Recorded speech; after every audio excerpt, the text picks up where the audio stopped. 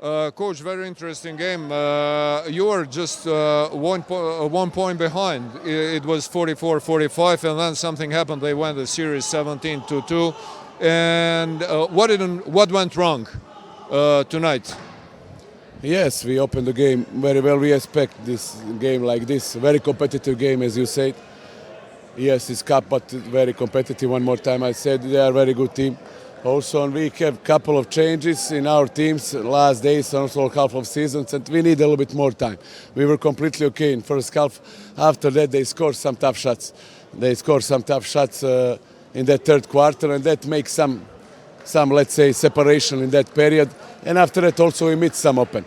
And after that, when you lead 10 or 11, 15, it's a little bit easier to play, you know, in that moment. And after that, also some quality, I think, was decisive in that third quarter, first of all, and the rest of the game. Also, we give everything, we give our best, you know, we fight, our players again show character. Okay, we didn't receive too much points tonight. Again, we have defense, especially first quarter. Also, maybe we need a little bit more power to the end of the game. Thank you very much. Thank you so much.